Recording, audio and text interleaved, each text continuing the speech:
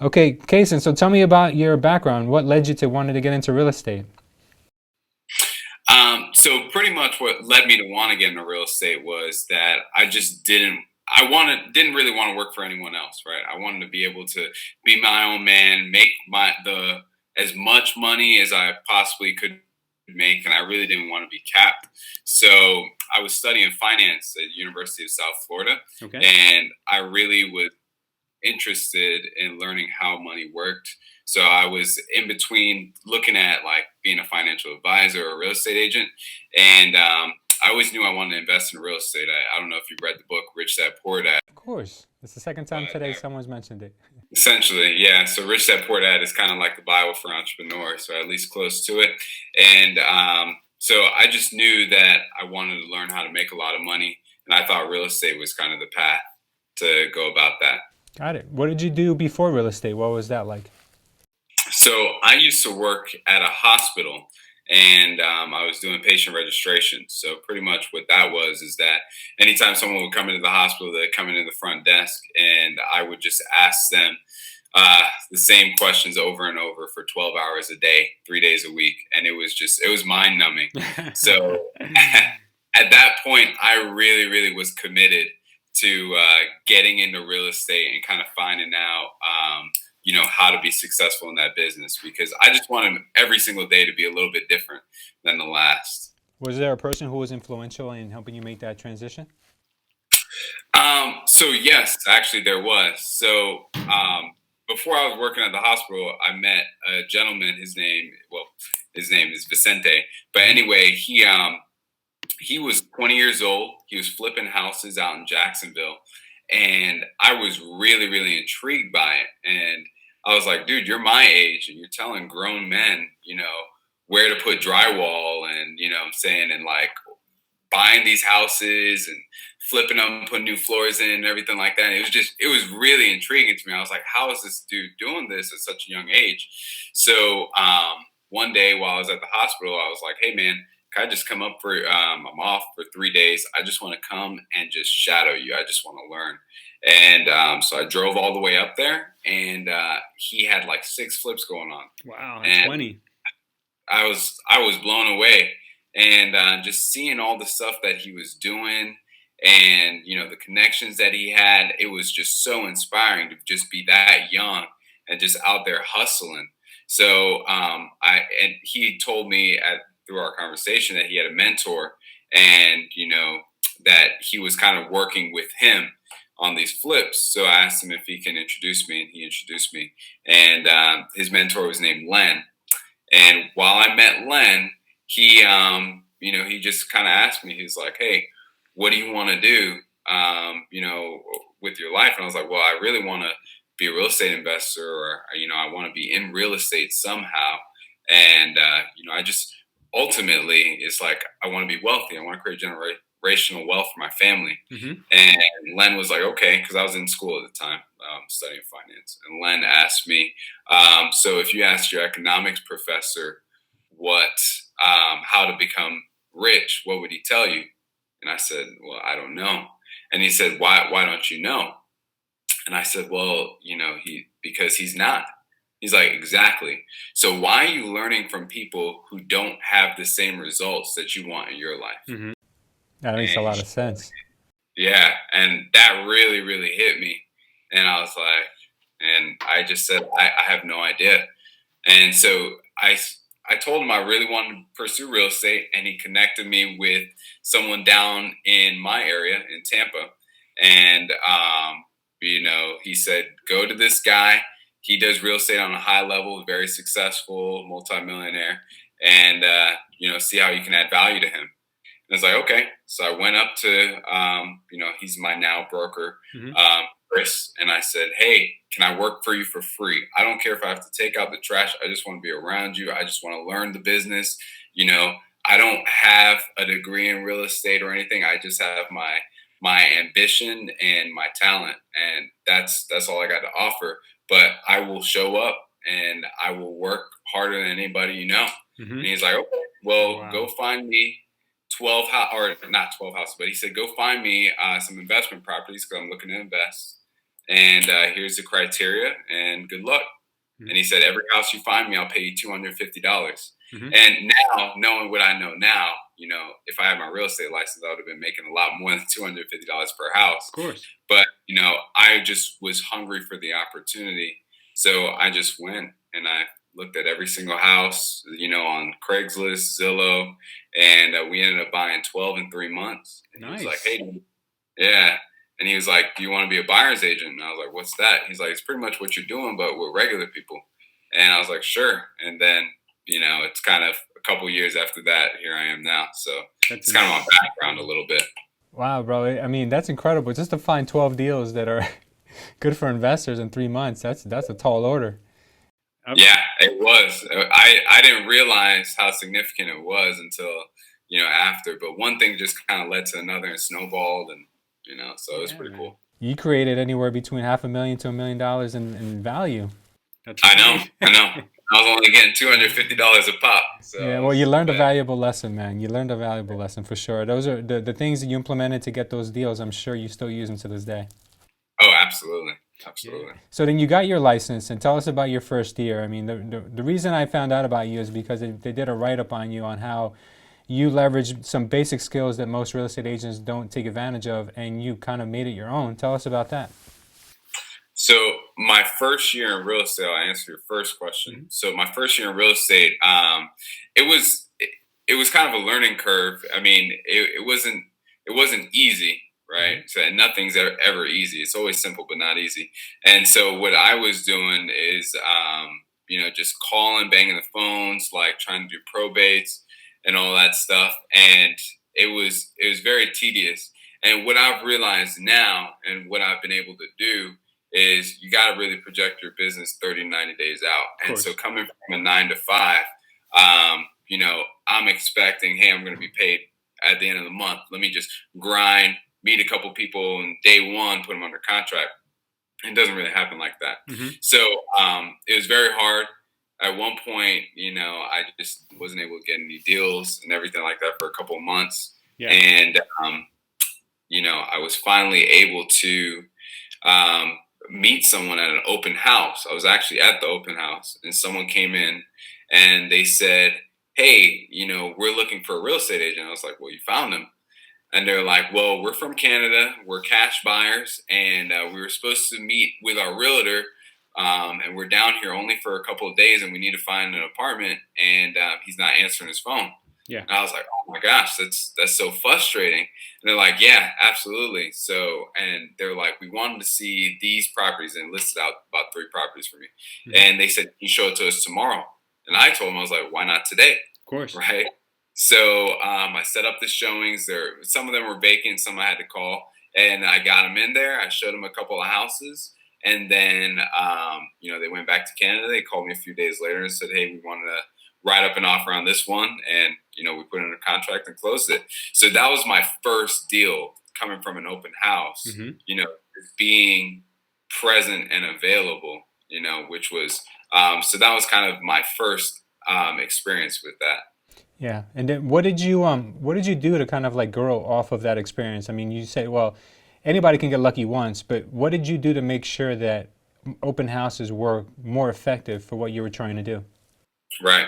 So pretty much my strategy with open houses is that I want to make sure that I'm setting an appointment right then and there. So yeah, I got really lucky with my first clients, but even up until this past weekend, when someone comes into my open house, I'm always kind of starting a conversation with them. I'm Hmm. not very pushy, and so I would just tell them, hey, look around the house, and then when you're done, give me some feedback.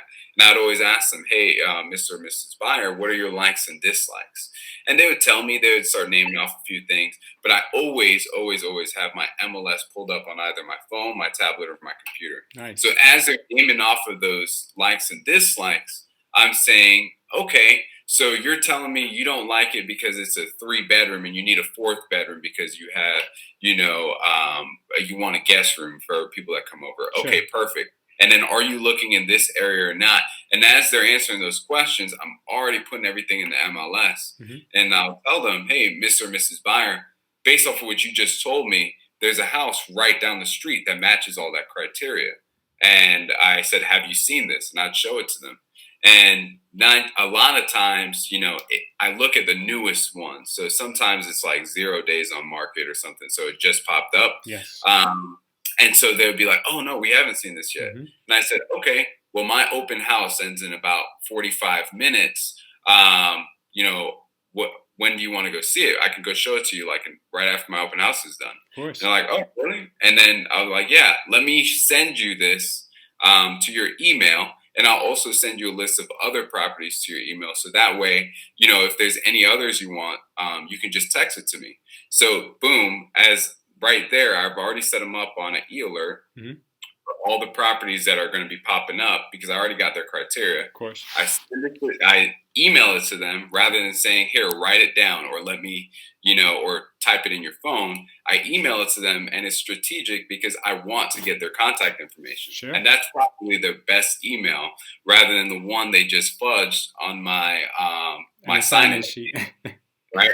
So there's their best email right there. And I said, hey, my open house ends in 45 minutes. Let me text you as soon as I'm done grabbing my signs, and I'll let you know when I'm on my way to this property. Mm-hmm. Okay. I said, is that the best phone number for you on the sign-in sheet? 9 times out of 10, they're like, oh, actually text me on this number, right? And, so I know, though, now I have their best phone number and their best email, and I set up probably like 2, 3, 4 showings with them that day. And then now I'm showing them properties that have a high likelihood that they're going to buy. That's awesome. That they can execute on. Now you did a tremendous amount of volume your first year with just implementing this strategy alone. Mm-hmm. Can you talk about that? How much business you actually did by making this kind of your bread and butter? Yeah, so I did about 34 homes, 6.6 million, and that was pretty much it. Just kind of using this. That's incredible. You just found one thing that worked for you and just replicated it over and over again. You didn't try to recreate the wheel. You just took something that was already available to you and you just made it better. You just made it almost like a science. Yeah, absolutely. It's just science. My dad told me that sales is just the art of asking and answering questions. Absolutely. Right? That's all you have to do. And really these people that are coming into your open houses, they're already looking at properties, right? Yeah. So that they want, why else would they be coming to your open house? Maybe they're the looky-loos, mm-hmm. but those are very far and few between. Yeah. So there's a high likelihood that the person that comes to your open house is going to buy a house. Buyer. You just always have to have a house to show. Yeah, of course. That's the difference. Yeah. Yeah. So have you been able to teach this, what you've learned? Do you teach other agents in your office, how to kind of do the same kind of step-by-step procedures that you do? Yeah, absolutely. Absolutely. I try to teach it all the time to new agents, especially them, because it's the fastest way to get business. I mean, even last week I had someone shadowing me mm-hmm. and I met someone and put him under contract that day, mm-hmm. By using that strategy. Now, does that happen all the time? No. Mm-hmm. But I mean, it's happened, you're putting yourself in a position to get lucky, right? The first time was lucky, mm-hmm. right? Then I'm putting myself in the position to get lucky more and more often. So, maybe 4 or 5 times I'll meet someone and put them under contract that same day. Absolutely. There's a great quote by Jim Rohn that says, things don't just happen, things happen just. So you put yourself in a position to make that luck continue to happen, and no one just gets lucky all the time. It's someone who consistently makes money. You can't just call them lucky. They're just strategic about what they're doing, and that's what you've done. Well, now that you've been a great buyer's agent, do you see the table starting to turn? Do you start to get listings offered to you now that you've had so many buyers? Maybe some of them say, you know what, maybe I'll sell this house and move up, or maybe I'll just sell it and take my profits now. Have you seen that yet?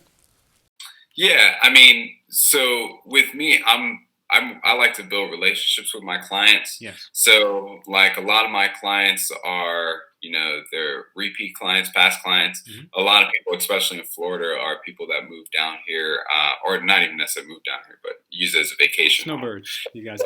Yeah, snowbirds. So they sell a lot. So I mean, sprinkled in the 34 units that I did, those are some of our listings Hmm. and stuff like that. But yeah, like a lot of them, there's a few. Good, good. So what do you have planned for this year? I mean, you've took everything you did last year. Are you adding to your secret formula now? No, absolutely. Hmm. So my goal is 40 units and Hmm. 10 million. Nice. And so pretty much what I've been doing. So that with the open houses, those are a supplement to my business. Hmm. I'm looking at it. I want to really master expires Yeah. and just kind of apply the same kind of value add to those. Hmm. So that's kind of my goal. And just been working with a few of those. I did get a listing, an expired listing that was off the market, and it was cool because I had a buyer for it, so we were just able to just kind of had a meeting of the minds and just kind of double in that deal without even putting it back on the market, which was pretty cool. So I'm gonna get a nice review off of that. But yeah, that's kind of my focus right now. Nice, man. So tell us about your market, the one you're in now, Tampa. I hear a lot of great things about it. I hear there's constant construction, Bill Gates and investing down there. Tell us what you see the future of Tampa and how you're gonna make sure you get solidified into there as the agent for that location.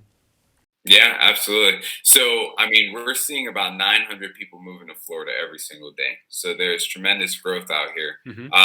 And really, I feel like I don't want to say ahead of the rest of the nation, but we're still in the seller's market, right? And the Hmm. reason being is because there's not enough supply for all these people that are moving down here. Yeah. So, I'm really seeing that, we're the future of Tampa, realistically, I don't really see it slowing down. Granted, I haven't been in a situation. I'm kind of 2 3 years into the business, so I haven't really been in a situation where it's like I've seen the fall and I've seen the rise. Hmm. You know, so right now I'm only seeing like the statistics, and from what I'm seeing, I feel like it's healthy growth. So I'm excited. I'm excited for the future. Now, at a certain point, they can overbuild like New York, Hmm. right? Your guys' area where they've overbuilt. Now it's a buyer's market. But but yeah, I feel like as long as you're kind of in the position where you're always available, you answer the phone and stuff, Hmm. that's how you become someone's like preferred agent. Because I found that my clients prefer someone that's always available, that's available to talk to them, especially these first time home buyers or someone that's only bought houses up north and are not familiar with down here. Hmm. you know I'm that resource. Yeah. I'm that person that's going to be able to get the deal done, and not only that, but communicate with you throughout the entire process. So I just try to have that value towards all my clients and build a relationship to where they're always Nice. referring me to everyone else. Got it, got it. Well, I wanna humanize you for a second. Tell us about the most stressful, difficult transaction you've ever had, so agents can see that they're not in it alone, and it happens to everyone. Yeah. You gotta have one that sticks out more than others. Well, I mean, the most recent one that I'm dealing with is a property, and you guys don't know where this is, but it's in Dunedin, Uh huh. and it's just we had to negotiate a pre-occupancy Hmm. and prior to closing and all that stuff. And man, the thing is, anytime I have problems, is that I've never set the right expectations with my I clients. like that. So I have a buyer consult presentation that says, "Hey, first and foremost is like the offer, right? So when you're making an offer, we're seeing right now that houses are selling between 95 and 98% of their asking price, Hmm. right? Not 40%, not Yeah. 60%, but in that 95 to 98% range, right? When I fail to do set those expectations, that's only one part of it, by the way.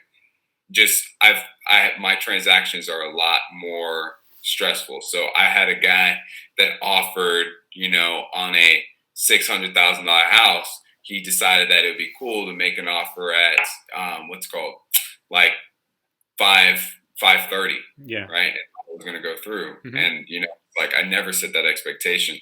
And then so on top of that, we had a contingency on the seller's home and a pre-occupancy, and it was just kind of blowing up, and everyone was frustrated and driving all over the place, and it was a very frustrating situation, but it all stemmed from me not setting the right expectations. So Yeah. that was my most recent one. Well, there's no such thing as mistakes, right? Just learning experiences. Oh yeah, Yeah. absolutely. Good, but at least you Absolutely. got that one closed.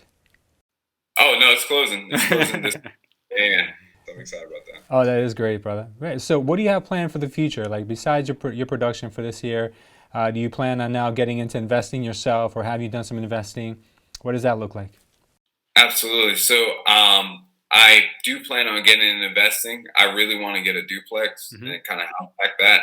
Um, my plans for the future is that I want to own my own real estate team. Hmm. So I always say it's like, and a lot of people say they want to own their own real estate team. Yeah. But what I've realized is that there are situations where people have a real estate team and they're doing 20, 30 deals a year, Yeah. and that's not sustainable for the other people, right? Hmm. It's kind of like the whole purpose of people being on your team is not about you making a lot of money, but transferring your skills and your knowledge to those people underneath you, so that way they can like go out there and crush it Yeah. and experience what you've experienced, in your career and Of to course. grow. So, my thing is that I want everyone on my team to make at least six figures. I like it, Um, man. yeah, that's just kind of my goal. So I do want to have a real estate team. Hmm. I want to kind of grow that to where it's like seventh level where I can kind of phase myself out. Yeah. And then from there, moving on, I want to start doing like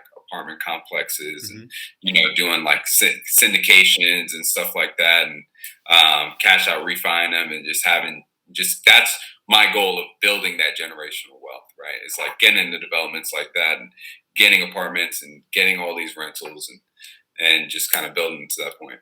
Well, you've came a long way from your previous experiences in the hospital. Yeah, yeah, Yeah. absolutely. I always talked about it back then, but Yeah. it's just, it's the difference between talking and doing it. Yeah, this So, is awesome, brother. I love it, man. I like big dreamers, man. There's no problem in dreaming big, man. It's just the energy that goes behind it. That's all that matters. yeah, no, absolutely. Absolutely. I love it, brother. Well, look, there's a lot of people who are wondering how has this young man had so much success, and how has he done it so quickly? Obviously, I see it that it's your willingness to do anything it takes.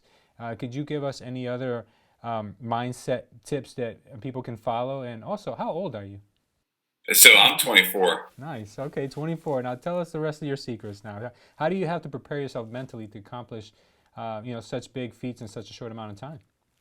I mean, that's a really good question. So my mindset, I always think it's like you're not either asking the right questions or you're just, you know, I don't know. My whole thing is like, if the door of opportunity is not open, I'm going to go through the window, Oof. right? I'm always going to go find a way to get done what needs to be done, There's like right? three quotable things you've said so far in this interview. Oh, I really? love it, man. God, continue. Don't let me interrupt you.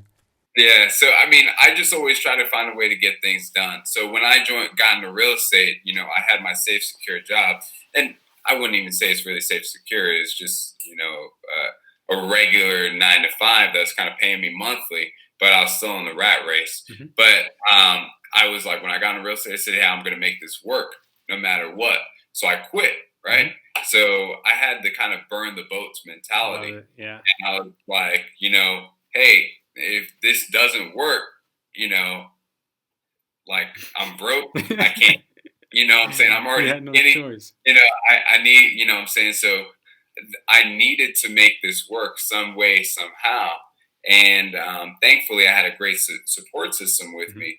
But I really had that burn the boats mentality. And people are probably wondering, what is burn the boats? Yeah. Explain to them what that is.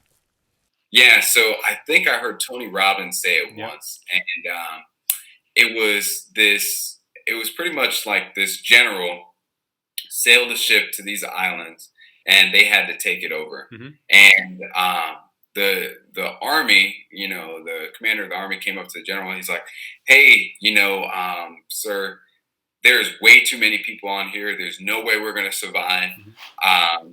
We have to retreat now.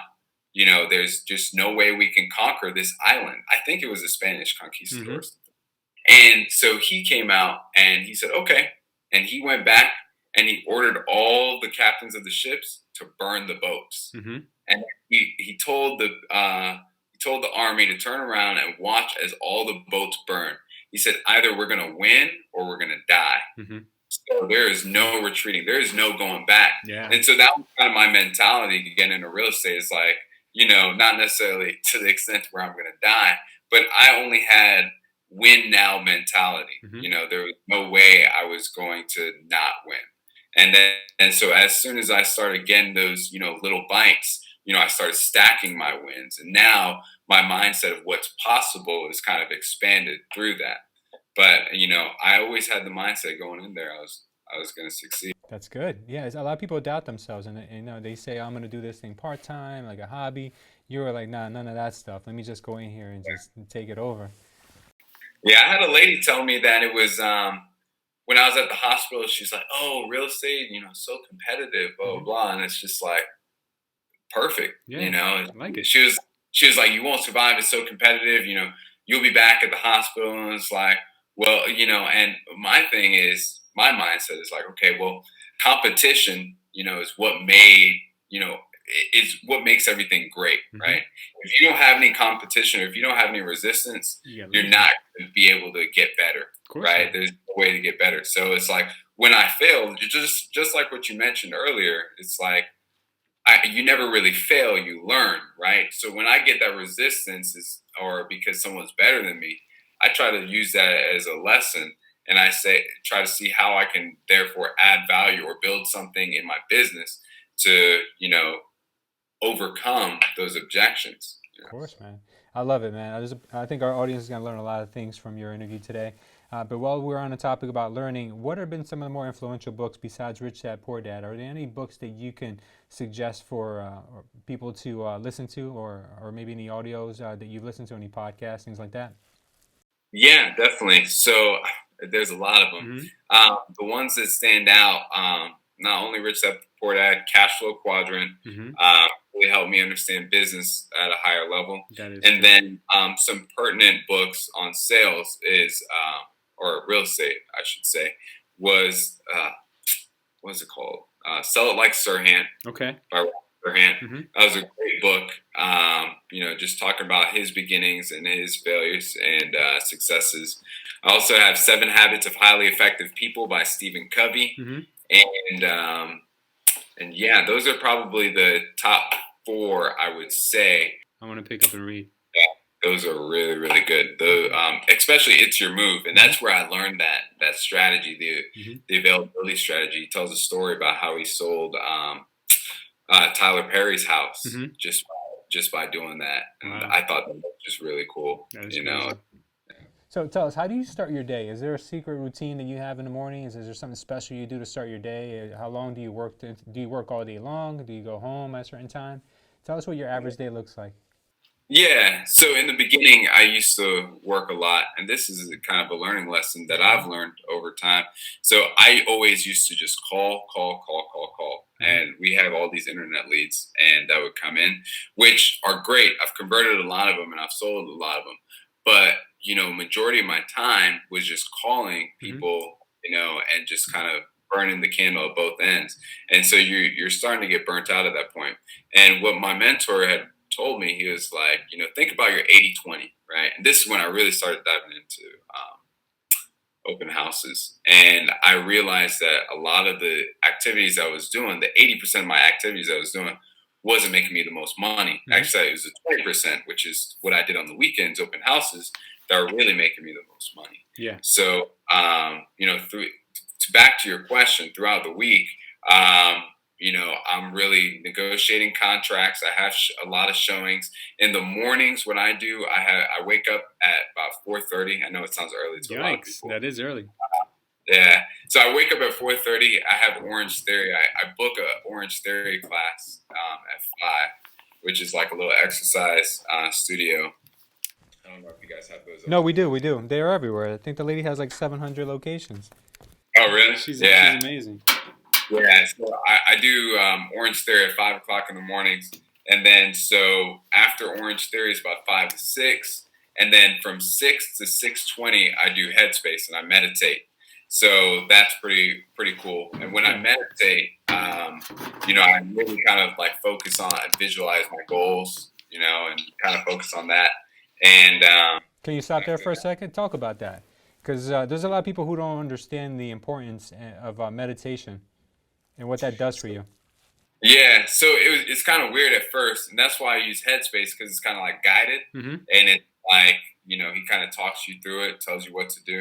Um, I like to meditate after I'm done exercising because it's like you're at your peak condition, right? Your heart is racing, you're all sweaty. Mm-hmm. And then when you sit down to meditate, it's like your heart rate's going, you actually really notice, your heart rate's going down, your blood flow, like, and you're just in your mind. Mm-hmm. So it's like, it's a really kind of an out of body experience. So I make sure I do that immediately after every time I'm done working out, and it really kind of clears your mind, refocus you, readjust you. So it, I kind of like, it's like when you clear all the apps off your phone and your phone runs faster, you have a better Oh wow, performance. love You that kind of, comparison. yeah, yeah, you just perform way better, and it kind of is a clear head, and you're ready to go attack for the rest of the day. Your energy is different for the rest of the day too. Absolutely, You- absolutely, you notice it. You're not reactive. You're more proactive on things. Yeah, absolutely. And I heard by Ed Milet, he had mentioned that you should really think about your goals while you're exercising. So Mm-hmm. it's like, because when you're in a stationary position, and you're writing out your goals, that's great and having it on the board and visualizing it. Mm-hmm. But when you're exercising and your body's moving, your mind and your body are connected at a higher level or something, and you just kind of think, it's like, this is my goal. This is my goal. And it sounds stupid, but like I was telling Not at myself, all. like, you know, 10 million 40, 10 million 40, 10 million 40, like I run on the treadmill. And that just all I'm thinking about, is like, hey, this is what I want to crush. This is what I want to attack, and I'm just running as fast as I can, and it's just, and then I go and sit down and relax and meditate and just kind of clear my mind. And I guess it just implants it in my subconscious or whatever. But, You manifest it is what you're doing. yeah. What your mind focuses on most is what you end up getting. Yeah, no, absolutely. I completely agree with that. I also have my goals on my screensaver on my phone. So anytime I look at my phone, Yeah, I see my goals. I see a got couple it. of tricks I do. That's amazing, brother. I love it. I love it. So I cut you off. So after meditation, what do you do after that? After meditation, Yeah. I just come home, shower, walk my dog, Mm-hmm. and then I will, eat some breakfast, and then I'm try to be in the office at 9 a.m. Mm-hmm. So when I get in the office at 9 a.m., and then I just kind of follow up with people that I should be following up with. So we use this CRM Boomtown. Mm-hmm. So it kind of like gives us daily tasks and stuff like that. And so I Yeah. kind of go through that. I also use Trello. Mm-hmm. If you're familiar with it, it's Yeah. like it's a cool kind of task thing where it's like your to dos, Yes. but not like a list. It's like you have three lists: do, doing, and done. Mm-hmm. So like I move the most important as I'm kind of working on it, and just kind of go from there. Yeah. So from 9 to 11, I'm really mainly working on those, Mm-hmm. and then from after that, 12 o'clock lunch, and then moving forward, I just go and look at properties. So I have an investor client that I work with. So I go look at a bunch of properties for him, send them out to them if it works. And if I'm not working on that, working on the expireds, Mm-hmm. and that's pretty much it. That's awesome, brother. So what time do you make it home? So I'm usually home about 5. Mm-hmm. Okay. Yeah. And then from then on, you have a personal life? Yeah. That's unheard of. That's unheard of. Yeah. So, I mean, I always tell my clients I'm available 24/7. Not a lot of them use that, Uh-huh. but, but I do have a personal Yeah. life. I have a girlfriend Good. that I've been with for about 5 years. And, we go out a lot and hang out, go to dinner and, Good. stuff like that. So what do you do for fun? What are your activities that you're in for your hobbies outside of real So, estate? I joined the club Toastmasters. Yeah. Are you familiar with I'm a member as well. Yeah, I Yeah. love Toastmasters. And so I do that on Fridays. And then also I just kind of, my girlfriend and I, we just like to go to different places. I travel a lot. I've been travel hacking. So I just got back from Aspen, Colorado Oh, good for at the you. beginning. Yeah, so that was cool at the beginning of the month. Mm-hmm. And that's pretty much it, for fun. I play Madden, I guess, video games sometimes. Yeah, forget you're 24. Yeah, I do that at night, but before I go to bed. But that's about it. That's awesome, brother. Good, good. All right, brother. Well, thank you for being on the show. But before we let you go, can you tell us where our viewers and our listeners can find you on social media? Yeah, so my Instagram is Kaisen Sean. So at Kaisen Sean if you want to reach out to me, and then Kaisen Sean Mitchell on Facebook, Mhm. and just reach out to me there and just send me a DM or something. I'll be happy to talk to you. Great. Are you ready to take on some potential mentees or team members as of yet?